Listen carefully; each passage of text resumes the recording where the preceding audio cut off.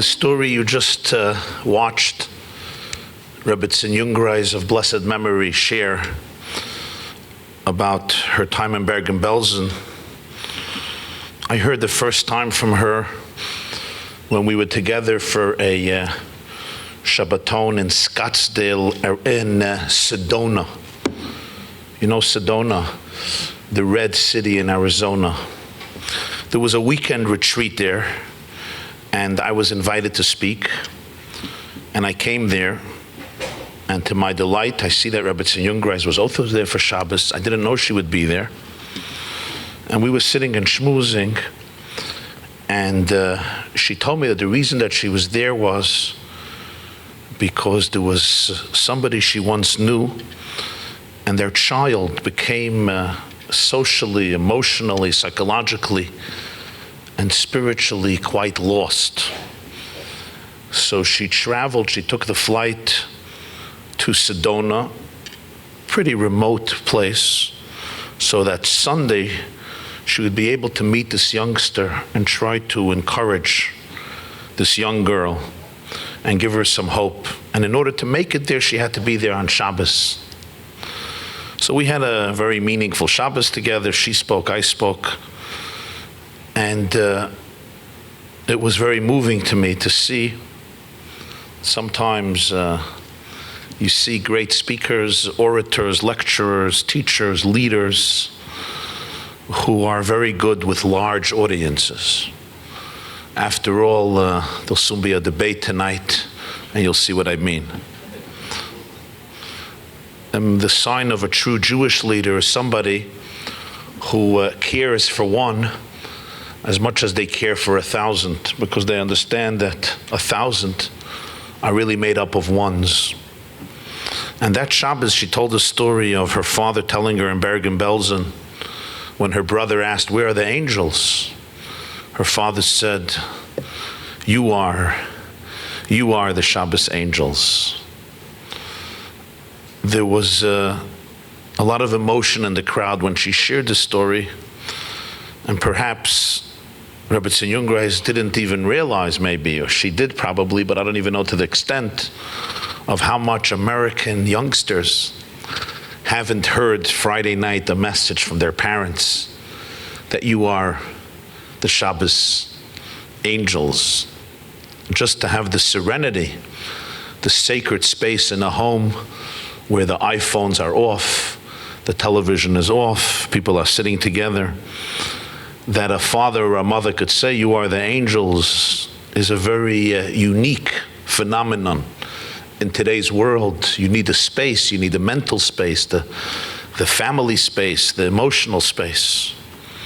And I would say, in a way, you could summarize Rabbi Jacobson's lives as one who always tried to impart that message that she heard from her father in Bergen-Belsen to young Jewish women and men throughout the world, throughout America and throughout the world, that you are really the Shabbos angels. You are the angels to bring the light, the serenity, the spirituality, the meaningfulness of Shabbos throughout your environment and throughout the world.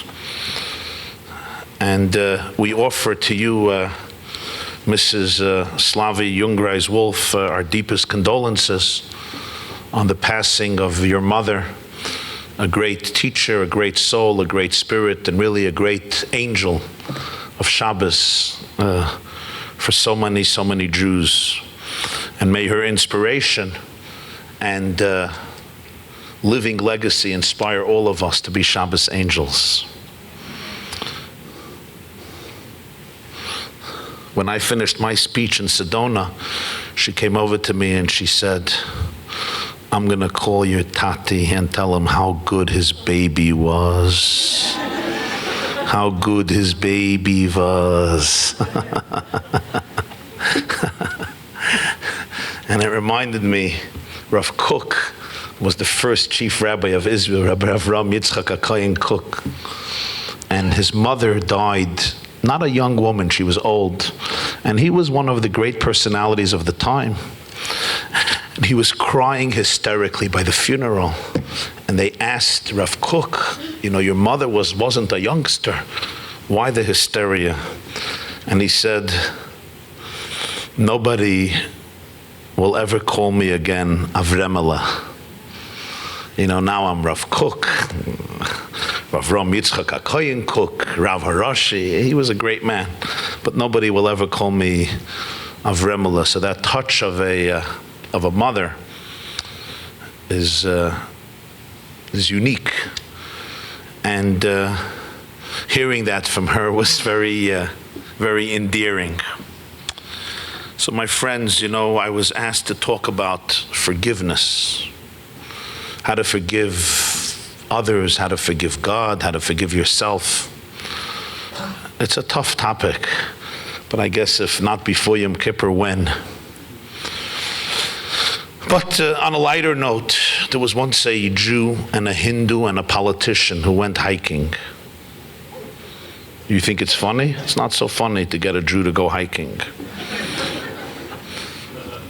They went hiking in Tennessee, and they got lost somewhere, and it was night, and they couldn't find a hotel, and there's 3 people stranded. So they find this farmhouse, and they knock on the door, and the farmer comes out, says, how can I help you? And the Jew, the Hindu, the politician say, we're hiking here, we thought there'll be a hotel, we can't find the hotel. Can we sleep over the night? The farmer says, of course, the problem is I have only 2 beds. So 2 of you could go into the bedroom, and 1 of you will have to sleep in the barn. But the barn is very comfortable. So they all look at the Hindu, and he says, okay, I'll go to the barn. And the Jew and the politician go to the beds. 10 minutes later, there's a knock on the door of the bedroom. They open the door. The Hindu is there. They say, what's the problem? He says, I can't sleep in the barn. Why? He says, there's a cow in the barn. A Hindu is not allowed to sleep in the same room like a cow. A cow is holy. A cow is sacred. I'm sorry. So they say, okay, the Jew says, okay, I'll go to the barn. So the Hindu goes to sleep with the politician. The Jew goes to the barn. 10 minutes later, the Jew is at the door, knocking. They open the Jew. What's the problem? The Jew says, I'm not allowed to sleep there. Why? There's a pig. How can a Jew sleep in the same room like a pig? It's unfathomable. I need the bed. So they both look at the politician. I guess you got to go to the barn. So the politician goes to the barn, and the Jew and the Hindu go to sleep. 10 minutes later, there's a knock on the door. The Jew and the Hindu open the door. Who's at the door? The cow and the pig.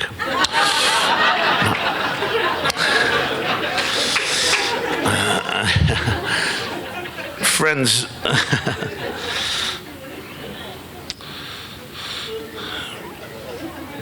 you just got it. Okay, it's fine.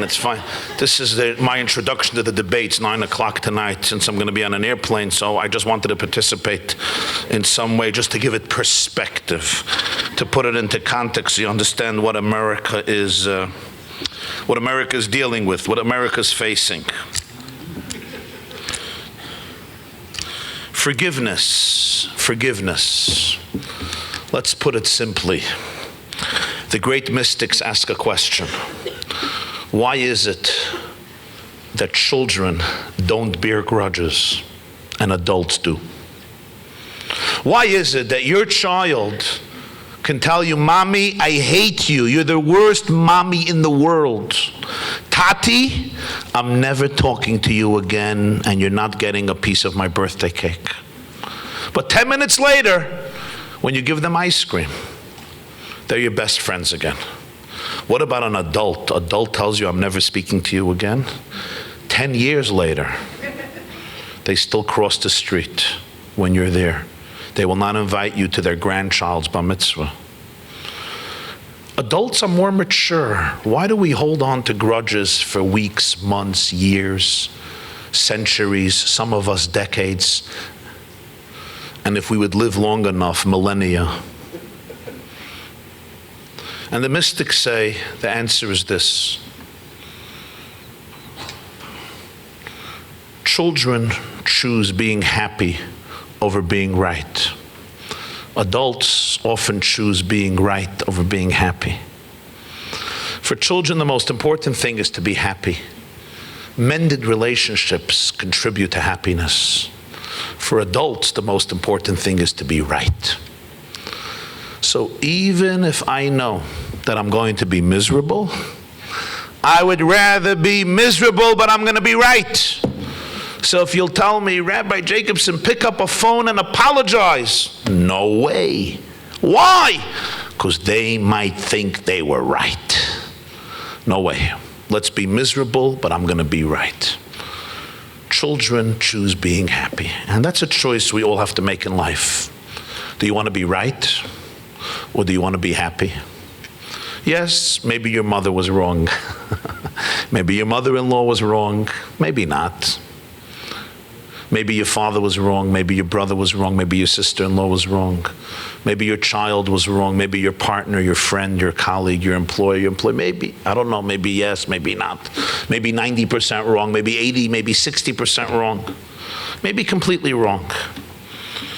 But when there's conflict in families, when there's conflict in communities, when there's conflict between friends or former friends, there's toxicity that exists in your life, in your soul, in your home, in your relationships.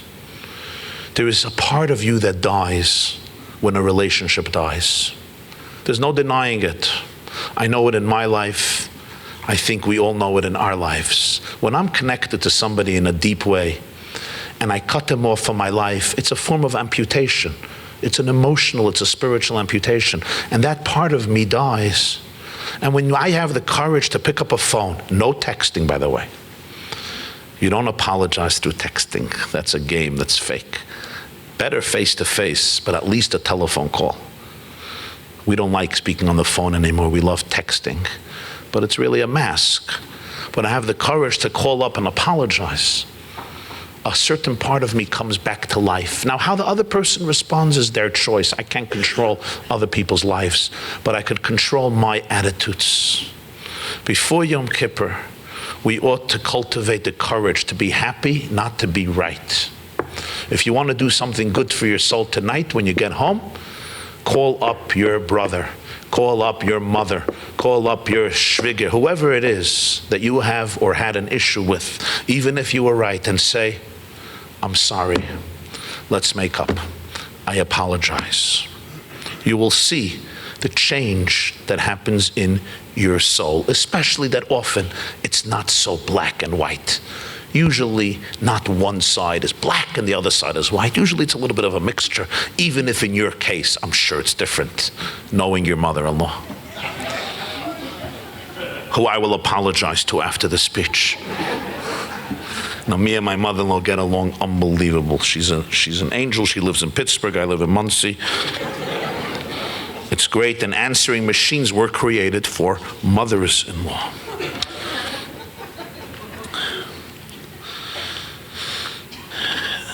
You know, there is a woman, her name is Yocheved Krigsman. I happen to know some members of the family. She was a girl in a camp in the Catskill Mountains in New York. And her grandparents and parents came for visiting day. So she was with her mother and grandmother, and her father and her grandfather took a stroll through the camp grounds. And as they're walking, her grandfather, who just passed away a few years ago, meets another old man walking, and he gives him a slight little, what I call Jewish nod. You know those nods like this? Like a little tiny nod. Like when you know somebody but you don't know them, you know? You don't know them enough to say hi, but you know them enough not to ignore them. It's like one of these complex Jewish nods. Like it's just a drop, you know, you're stiff, but whatever. Jews do it all the time. It's like the Yashakayach nod in Shul, Shkayach. So he gives him this nod. So his son, his name is Rabbi, says, Tati, who was this old man? Says he? My best friend before the war. We learned together, we were chavrusas. Says, your best friend before the war? Why didn't you hug him? Why didn't you embrace him? Why didn't you introduce him to me? Says, let's not go there. Says, what do you mean, your best friend? Why weren't you more enthusiastic about meeting him? He says, trust me, it's better not to talk about. He's really curious. He nudges and pleads with his father to tell him. So his father tells him. As they're walking, and this guy is walking the other way, his father says, my best friend, literally my best friend. We were closer than brothers. We lived in Romania. As we just heard on the video, dark clouds were descending on Eastern Europe. I had foresight. I had a wife, I had a little baby, I had in-laws, we were living together. I got myself visas and papers to be able to leave when I have to leave. And I put them in a hiding place. Romania remained neutral for quite a few years, but ultimately it was dominated by a Nazi-controlled regime. And one day my best friend comes to me and says, what are you doing about the dangers, the lurking dangers? And I tell him, I got these visas and I hid them. And he tells him the hiding place. Best friend. That night, he says, I go to that place to see and check up on my visas. They're gone. I turn over the whole house. Can you imagine? They're gone. I run to my best friend's house. It's empty. The Germans come in. He and his family are transported to Auschwitz. His wife is murdered. His child is murdered. His in-laws are murdered. He survives Auschwitz, makes it to America. After the war, he hears that his best friend got out on time to the safe side of Romania. His family was saved and he came to America. So he says, Rabbi, now you understand why I didn't embrace him. He says, Father, I don't understand you, so why didn't you punch him in the face? I would have punched him in the face. He says, it's over, there's nothing to do. He says, what do you mean it's over? This guy indirectly caused the demise of your loved ones, your family. And his father says, let me tell you something. Those were different times. People were so desperate to live, they would do anything to survive, even unthinkable criminal acts to survive. It was a different time, a different era. There's nothing I can do to fix it. I could remain resentful and bitter, or I could decide to move on. I decided to move on. I heard this story. I told you I know some family members. The man was a pretty happy fellow. And I thought to myself, most of us haven't had such an experience where somebody did this. What if somebody would do it? Is it possible to forgive? Did he forgive him? I don't know that he could forgive him. I don't know that you could forgive somebody for this. I don't know. I'm not in the position to answer that question. But I'll tell you what he did do. He managed to look at it from the other person's perspective, not to justify it, but to see it from the perspective of the other person who's desperately trying to live. And that allowed him maybe not to forgive, but to be able to move on and not live in an endless orbit of anger, hate, resentment, frustration. And I say to myself, if that person can do it under such dire conditions, if we would be able to see things from another person's perspective, which does not mean they're right, and it does not mean what they said or did was not hurtful or wrong, but it means the ability to really see somebody from another person's perspective. That's the beginning of a relationship. And I think it's the beginning of finding the space in you to be able to ask forgiveness and to be able to offer forgiveness and forgive somebody else. But for this, I have to see things from your perspective. There was this Jewish woman who was working really, really hard. And suddenly, this genie pops out from the refrigerator and says, you're such a good lady. I decided to come and offer you to fulfill any of your 3 wishes. 3 wishes you have. The lady says, okay, my first wish is that my husband should have eyes only for me. The genie says, whoa, that's too much. I know your husband. What's your second wish? She says, my second wish is that I should be the most important thing to him in his life. The genie says, whoa, you're really pushing it today. I know your husband. Come on. What's your third request? My third request is that when he wakes up in the morning, before he runs out of bed, 45 minutes, he should just spend time with me. The genie is like, whoa, this is getting more difficult from moment to moment, but let me see what I could do. Let me think about it. And the genie says, you know what? I will grant you all your 3 wishes. And within a few seconds, this woman was transformed into an iPhone 7.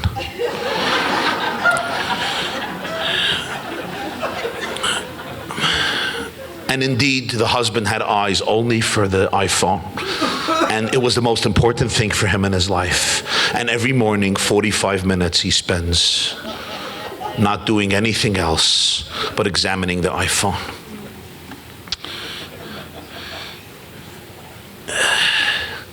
You know, there's something else about forgiveness that I want to tell you. There's a God in the world. And that means you hurting me is not the beginning and the end of the story. You may have done something that for me was difficult, but what allowed me to experience that difficulty was not you wanting to do it. It was God allowing it to happen to me. That means there's an element here between me and God. The Talmud says somebody who gets furious is worshiping, it's like he's worshiping idols. Kol hakoyes kilo oved avodah zarah. Why? The answer is because I'm getting furious because I really believe that you control my world. You know, if you slam the door on my finger, it ever happened to you? Oh, it happened to me once. My best friend slammed the door and my thumb was stuck. It's like, oh my God, it hurts, right? But would I go over to the door and start punching the door? You criminal, you lowlife. That's what we do with kids. We hit the door, we knock the floor that made the boo-boo, and it makes them feel better. But we know the door is not guilty. Somebody else slammed the door. He did it intentionally or unintentionally. In that case, it was unintentional.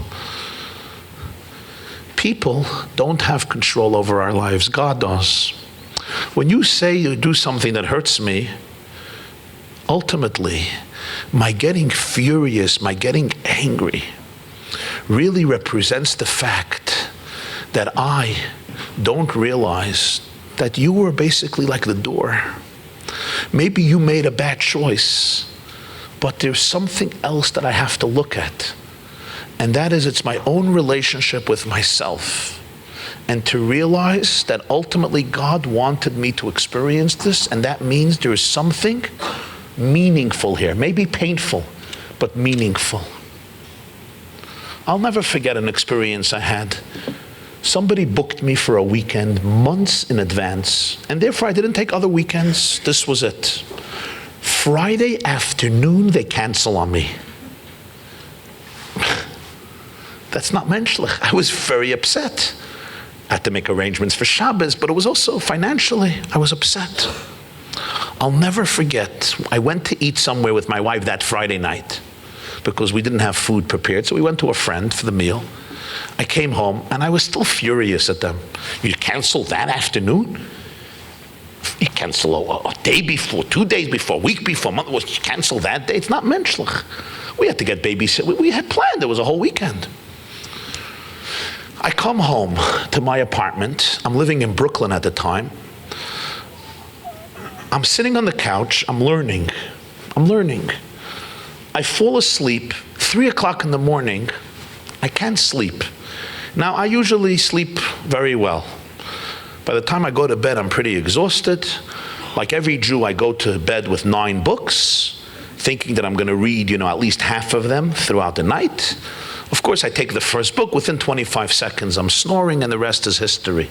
The next night, you bring 18 books. I can't sleep. It's 3 o'clock in the morning, and I had an office on the 4th floor of the building, and I decide to go up there to check something out. I go up, and I see somebody sitting on the steps, 3 o'clock in the morning, outside of one of the apartments. I sit down near this person. I put my hand on their back. I say, "What's up? What's going on?" This young man stands up, runs into the apartment, is about to slam the door. My instincts, my 6th sense came to life. I ran after him. I put my foot into the door so it slammed against my foot, and I ran in. He screamed, "Get out of here!" I took a look at the kitchen counter, and I saw the tablets were waiting. He started to swallow the tablets that would take his life. I wrestled him. Thank God I was stronger than him. We wrestled for around 2 hours. Friday night, 3 a.m. Finally, I pinned him down. I stayed with him till 7 a.m, till he got out of this suicidal mode. I took him down to my house. My wife stayed with him. I went to shul. I came back fast. We kept him in the house, and then Saturday night we got him the help he needed. Today, years later, he's a successful, bright, lovely, delightful young man. And then I realized they canceled my weekend, and I had the privilege of literally, not conceptually, saving a life. And just a few minutes before my lecture, I meet Dr. Goldwasser, who's, as you know, this entire experience, the whole YEHUDI in this entire conference, this year and last year, was created in memory of his wife, Zechrona Levracha, of blessed memory, who passed away 2 years ago. And he tells me, talking about something else, that he was invited by the community in Melbourne, Australia, to speak about a very painful issue regarding the Jewish community. And some activists started to pressure the community because of their agendas. The pressure was so deep that they canceled his invitation, an invitation that he was looking forward to, an invitation that would have proved important for his career, for finances, for spiritual impact, for psychological impact. It's very upsetting. At the end, a psychologist there, an Orthodox psychologist, gets involved and says we have to invite him anyway, and the religious community in Melbourne invites him, and he goes, and he ends up marrying this woman. She becomes his wife. Tzulain Gayar and Zahava. And I think to myself, he was dethroned, he was rejected, he was defamed on Facebook by certain activists, but that's the only reason he found ultimately his shidduch. Now, I'm not going to tell you that every person who hurts you is out to get you a shidduch. I did tell him that he should have invited the main opponent to do the last blessing under the chuppah, what's called bracha acharita, because after all, he owes it to him. But these things taught me a lesson, and that is, you may have had your intentions, but Joseph told his brothers, Atem chashaftem alay lira, ve'elikim chashav l'tova. You wanted to harm me, but God had his plans. Joseph saves the whole Fertile Crescent from famine. This allows me not to forget, not to be naive, but to sometimes say there may be a bigger, larger, deeper story. You're not so small. You're not such a victim. Your ultimate master, the one who holds your hand in life, is Hashem. And nobody could do anything to you without Hashem. And that means that wherever happens, there is some treasure. Maybe not easy to find, but there's some meaning, there's some purpose. And therefore I could say, I forgive. I could see it from a larger perspective. Friends, there's something else. And this has to do with forgiving God. Now that's a tough one for Jews. That's a tough one.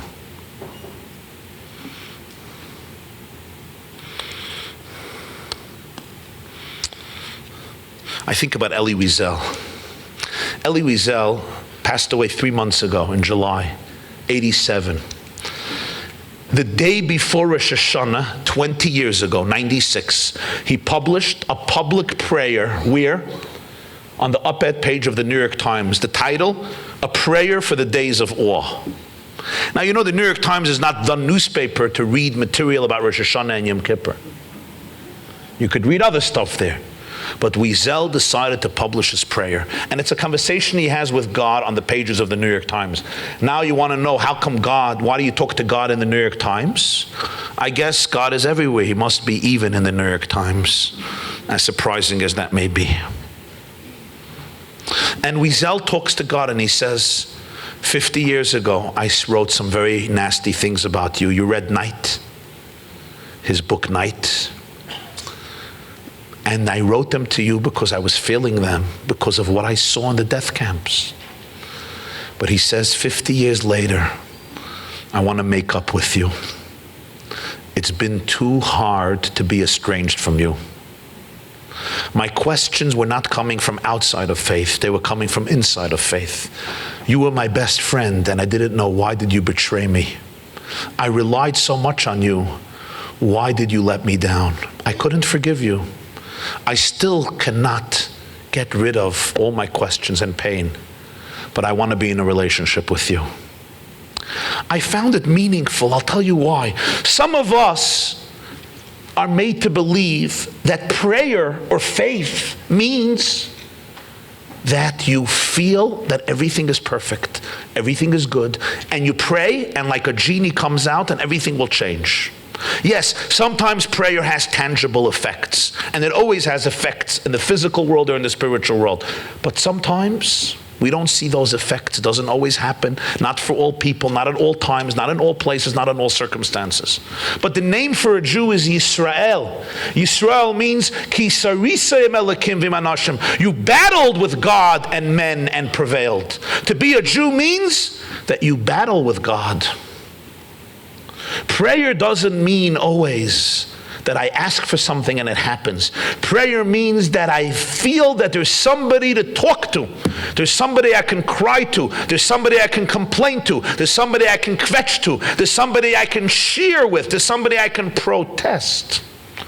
The world is not indifferent to my struggles, dilemmas, questions. There is a presence at the core of the universe that conceived me in love and wants to hear what I have to say, whatever that may be. It's the courage to be able to know that you're not alone in the world. That takes courage. Despair doesn't take courage. But to really live as these Jews lived, by the notion there's somebody who wants to hear from me. In life, sometimes I have to be able to forgive God. I may not understand, but I have to be able to forgive. I have to say, let's at least be in a relationship. Let's talk. I heard from Elie Wiesel, Jews either love God or hate God, but they don't ignore God. They don't know how to. And that's powerful. It's deep.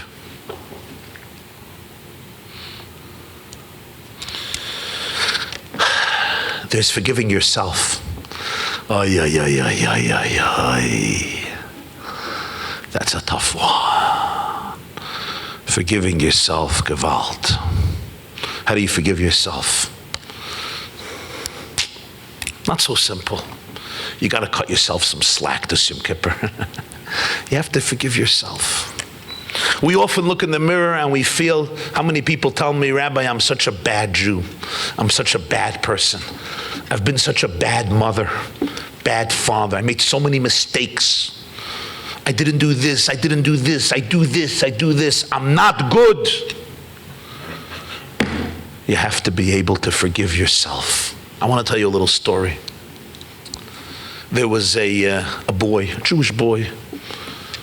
He lost in an accident, a devastating accident. He lost his arm. He lost one of his arms. The parents were desperately looking how to help this boy. And they came across a Japanese judo master. You familiar with judo fighting? One of the old martial arts from Japan from the 1920s. And the judo master said he will take this boy under his wings and teach him how to fight judo with one arm. How? Leave it up to him. And he trains him for a long, long time. And finally he says, it's time to go to the tournament. You're going to fight. He gets up there. His opponent has two arms. There's no way he could win. And he gets defeated. Again, punched out again and again. At some point the referee says, this is not fair, let's stop this. But the Japanese judo master insists that he continues. The parents are pleading with him, leave our boy alone. No, he will win.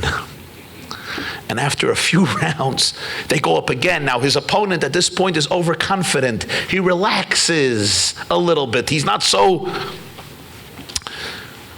cautiously sensitive to any slight move. He relaxes, he puts down his guard, his defense mechanisms. And this boy, missing the arm, practicing judo, administers a move. Just one move. It's a move that his master has taught him for 2 years. And he knocks out his opponent completely. The guy can't come back. He triumphed. He gets the trophy. On the way home, he asks his master, how did I win? And he says, when you came here, if you remember, I told you, all you need to learn is one move. You see, there is one move in judo that the only known defense against that move is your opponent grabbing onto your right arm. Once you did that move, there was no way he could win because you didn't have the arm for him to grab onto. I thought to myself, what a lesson in life. We look at our lives and we see what's missing. This is missing, that's missing, this was missing, I made this horrible mistake, I did this stupid thing, everything that's missing. But don't you realize that sometimes it's precisely what we don't have that allows us to make our move in the world, that allows us to be victorious? It's the void, it's the mistake, it's the crisis, it's the challenge that gives you a certain energy, a certain opportunity, a certain vulnerability, a certain honesty, a certain depth, a certain acuteness, a certain acumen that allows you to make a move that nobody else could make. So for this Yom Kippur, forgive yourself. Forgive yourself. Cut yourself some slack. Guilt doesn't come from your godly soul. Guilt comes from the devil that wants to paralyze you.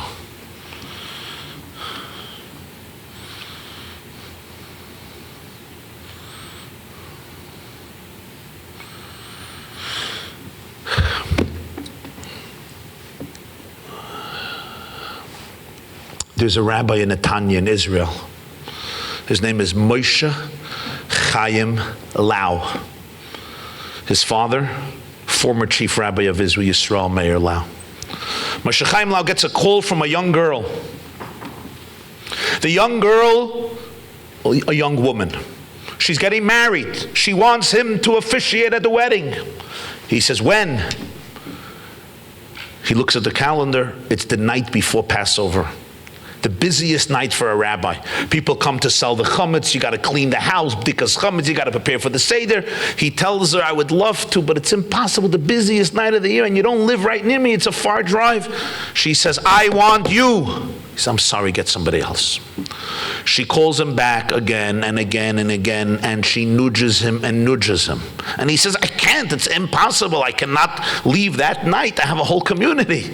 It's the night before Pesach. I can't." People come with questions and they have to sell their chametz. It's the busiest night for a rabbi the whole year, no question.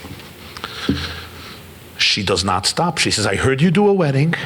It was the best wedding ever, and I want you at my wedding." Finally, he makes a deal with her. If you do the chuppah at 5 o'clock p.m., I'll come and I could leave right after so I have the night. But the chuppah has to be 5 o'clock. She agrees. He arrives to the chuppah 5 o'clock. Her father, an elderly man, just came from Argentina, where he lives, to the wedding of his daughter in Israel. He sees the rabbi who came to officiate. And in Yiddish, he says to him, "Shalom Aleichem, von wannen kommt Yid?" Where are you from? He says, "From Netanya." Rabbi Lau says, "And von wannen kommt Yid? Where are you from?" He says, "Von Pietrkov." From the Polish city Pietrkov. Did you ever hear from Pietrkov? Rabbi Lau gets the chills. His father, Rabbi Yisrael Meir Lau, was born in Pietrkov, raised in Pietrkov. He was there till 5 when the Germans sent him to Buchenwald. Of course, he heard from Pietrkov. And the man continues, oblivious to the chills he just generated in this rabbi's bones. He says, do you know who was the last couple to be married in Pietrikov before all its Jews were murdered? Rabbi says, no. He says, me and my wife. 1942. You know who married us off? The rabbi of Pietrikov. His name was Rabbi Moshe Chaim Lau. He married us off the night before the Germans sent him to Treblinka, where he was gassed. The night before he married us off. We went to the partisans. He and the community, the whole city of Pietrikov murdered. This was the last wedding of the Jews in Pietrikov by Rabbi Moshe Chaim Lau a night before he died. And he turns to this man and he says, did you overhear from Rabbi Moshe Chaim Lau, the rabbi of Pietrikov? With tears in his eyes, he says, he was my Zayda, my father's father, and I am named after him. My name is Moshe Chaim Lau. You see where my grandfather left off? I take over. My Zayda married you off, and I will marry your daughter. When your daughter phoned me and said, Rabbi Lau, you have to come to the wedding, she didn't know why she was driving me crazy. She told me, because I heard you, I want you to do the chuppah. I didn't know why she needs me. There's other rabbis. But now I know. When the Germans murdered my grandfather and my uncles, most of the family, Rabbi Lau survived, Rabbi Yisrael Meir Lau with his brother Naphtali, but the mother was killed, the father was killed, brothers. They thought it was finished. 74 years later, his grandson, his namesake, is here to marry off your daughter. The elderly man and the young Rabbi Lau meet at the chuppah of his daughter more than 7 decades after the destruction of European Jewry. Imagine. And when I heard this story, Rabbi Lau shared this on a radio interview when they asked him, why are you a rabbi? It taught me so much. It captured the secret, the essence of Jewish history. Where our grandparents left off, we take over. Where our parents left off, we take over and we pass it on. The word forgiveness in Hebrew is mechila. Mechila comes from the word machol. There's a circle. There's a dance. We're all part of that circle. We're all part of that dance. When I refuse to forgive you, I want to push you out of the circle. You refuse to forgive me, you want to push me out of the circle. We allow pettiness or bigness in our mind to push each other out of the circle. But Jewish history is a machol. We're all part of a symphony. We're all part of a dance. And we carry grudges, hate, negative energy. We can't dance. You know what it's like? It's like the blood circulating around the body in this dance. Hundreds of thousands times a day, a week, a month, a year. And what happens when there's a clot? The blood is not allowed to flow, to dance, to sway through the body. You have the Shekhinah. God's presence is the heart of the Jewish people. And every Jew is an aver, is a limb. And when I block you out, I want to create a clot. And the dance is affected. The symphony is compromised because everyone has a light to project. Where they started, we continue. And we have the courage to continue that dance, to continue that machol. Thank you very much.